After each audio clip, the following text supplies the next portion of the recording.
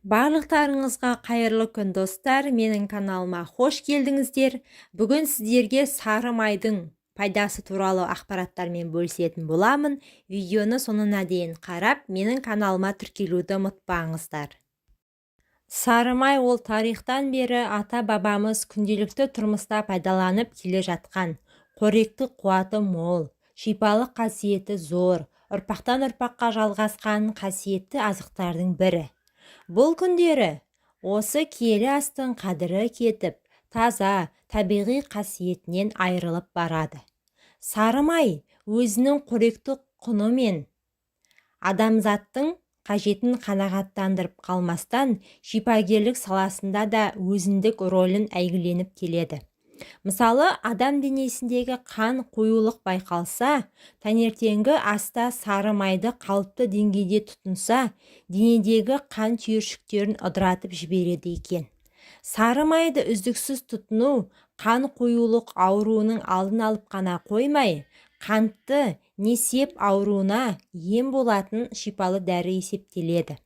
Әсіресе қазақтар ерте кезден сары майды пайдаланып, буын ауруын емдеп келген. Мұнда буын қабыну ауруына тап болған адамның буынына сары май салынған қарынды тарту арқылы емдеген. Іші қатқан ересек адамдар мен сәбилерге де сары майды ерітіп ішкізген екен. Қазақ шипагерлерінде жара болған орынға сары майды ерітіп жақса, жарақаттың аузын жұмсартып, ауырғанды басып, тез қалпына келуіне көмектеседі екен. Қазақ дастарханынан қысы-жазы түспеген тағамның бірі қолдың сары майы.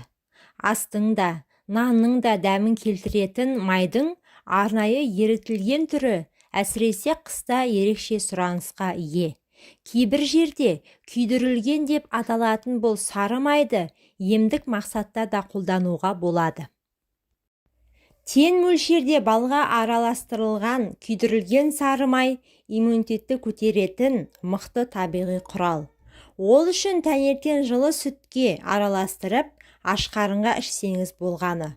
Ол кеудедегі қақырықты босатады, ішектердің жиырылу қасиетін реттейді, іш қатуын болдырмайды, иммунитетті көтереді. Сүйектердің беріктігіне көмегі бар. Ағзаны зиянды қалдықтардан тазартады. Жасушаларды жанарту арқылы ағзаны жасартады. Кемі 3-5 ай жалғастырған жағдайда оң әсері байқалады.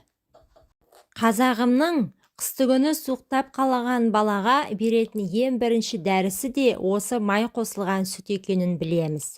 Дәмді де сіңімді бұл сусын әлсіздікті жеңуге, ағзадағы суықты қууға қауқарлы.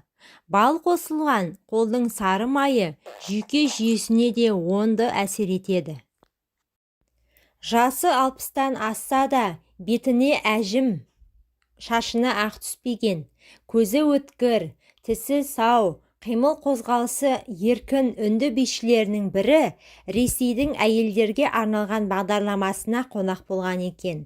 Сонда жүргізуші 60-тағы бишінің 30-ға жетпеген сұлудай, мінсіз дене бітімінің сырын сұрайды. Үнді сұлуларының көбі күйдірілген сары майға бал, жаңғақ, кептірілген өрік, мейіз, жер жаңғақ қосып, жейтіні тамақтанушыларды таңғалдырады. Зерттей келе олар майдың бұл түрі А, В, 2 витаминдеріне бай, холестерин деңгейін төмендететін, тамыр қабырғаларын тазартатын, зейінді арттыратын, сіңімді әрі өте пайдалы деген шешімге келген. Күйдіру, яғни еріту барысында майдың құрамындағы су толығымен жойылады.